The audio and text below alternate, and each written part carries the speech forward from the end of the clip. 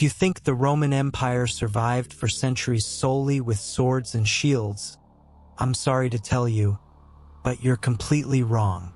The true secret to Rome's longevity wasn't just in the glories of the battlefield, but mainly in what happened after the victory.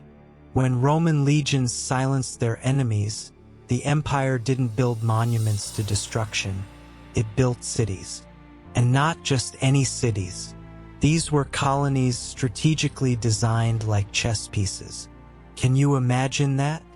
A place where there had once been a foreign people, with their own language and culture, and suddenly they began speaking Latin, walking on paved streets, going to bathhouses, temples, and forums, all modeled after the image of Rome. But how was this possible? Come with me.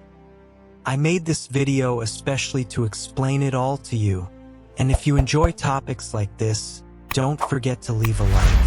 In Rome, military conquest could be swift, but true transformation required time, ritual, and mathematics. When Rome decided to found a new colony, it wasn't just an administrative gesture. It was a sacred act of cultural domination. It all started with a special commission. 3 men, known as triumviri, handpicked by the Republic or later directly by the Emperor.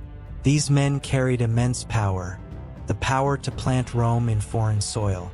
The founding ceremony, called deductio, wasn't a simple inauguration.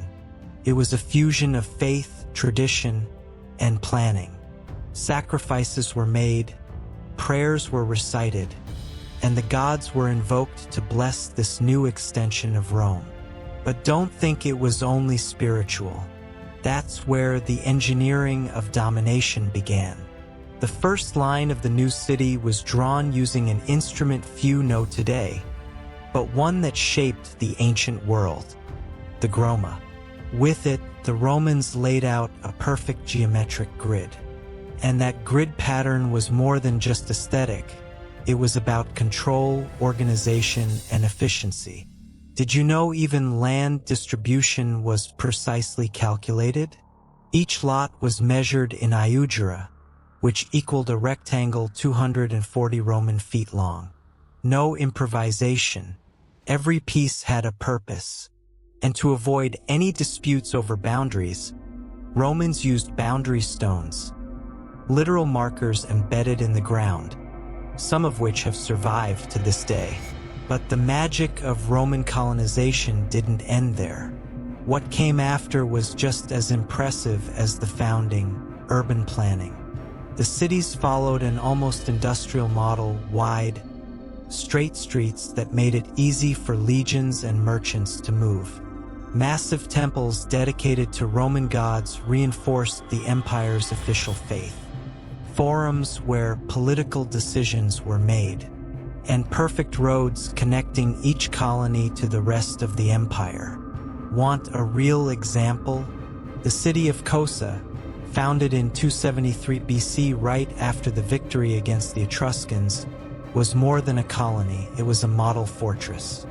With walls 9 meters high, it made it clear to any enemy that there were more than just farmers inside. There was order, defense, and power. And even with all that grandeur, the true soul of the colony lived outside the walls. That's right, most colonists didn't live within the walls, but in the agricultural areas surrounding the city. They plowed the land, harvested crops, and sustained the city. They were soldiers, yes, but also farmers and Roman citizens. This balance between urban center and fertile countryside was one of the secret weapons of Roman colonization. The city ensured power, the temple ensured the gods, but it was the land, and those who cultivated it, that ensured survival. But make no mistake, these cities were not just administrative centers or farming hubs. Each Roman colony was, above all, a military stronghold. The choice of location was never random. The triumviri weren't looking for beauty or comfort. They looked for strategic advantage, hills with wide visibility, narrow mountain passes, or natural gateways to fertile valleys. for example. These were the spots chosen to plant a colony, as if Rome were driving shields into the ground and declaring, "If you want to come in, you'll have to pass through here." To the enemy, a colony was an obstacle. To Rome, it was a delay line.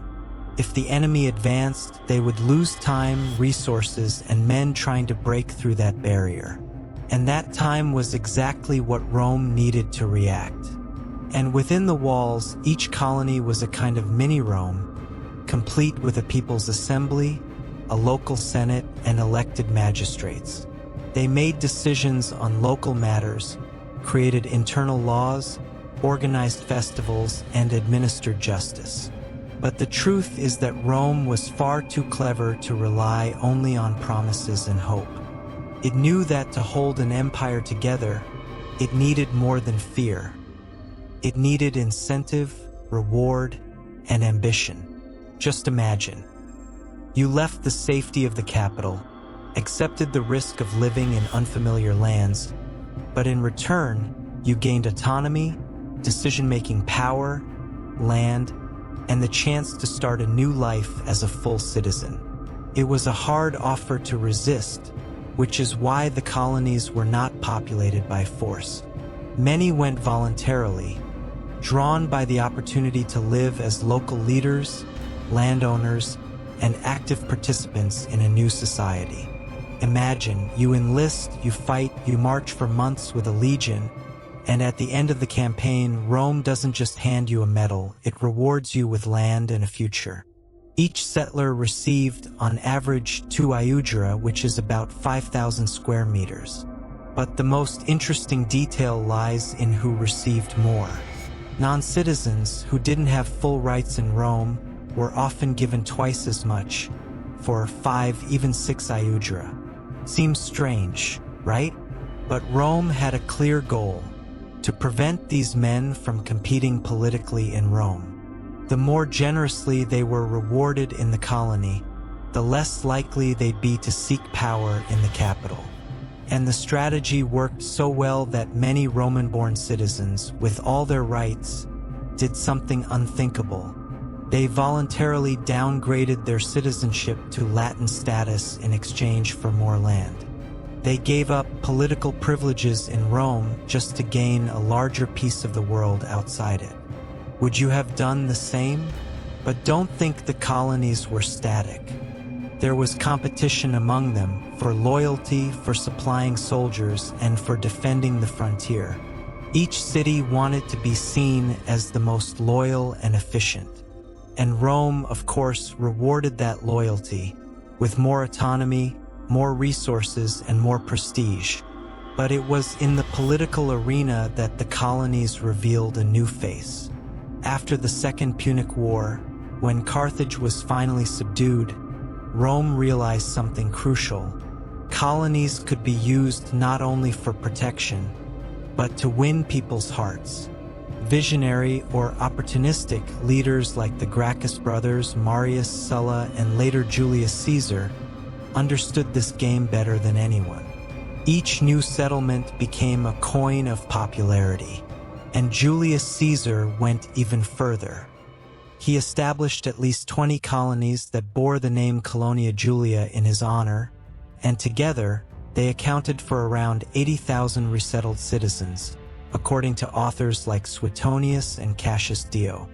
He also promoted the Romanization of entire provinces, especially in Gaul, where his colonies functioned as centers of control and cultural assimilation. In the end, what kept Rome standing wasn't just legions, swords, senators, or emperors. It was the cities and the people. The strategically founded colonies were true extensions of Rome, reaching across the ancient map, stitching cultures together, connecting peoples, and erasing borders. That was Rome's true secret.